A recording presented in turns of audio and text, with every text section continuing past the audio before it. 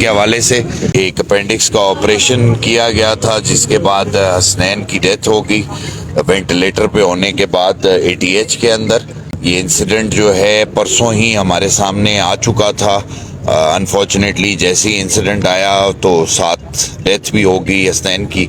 अल्लाह उसके दर्जात बुलंद करे। बुजुर्ग और सारे मशरान बैठे थे अंदर, ख़ास तौर पे वालिद साहब भी उनके, जिनका एक ही बेटा था, वो भी साथ थे हमारे।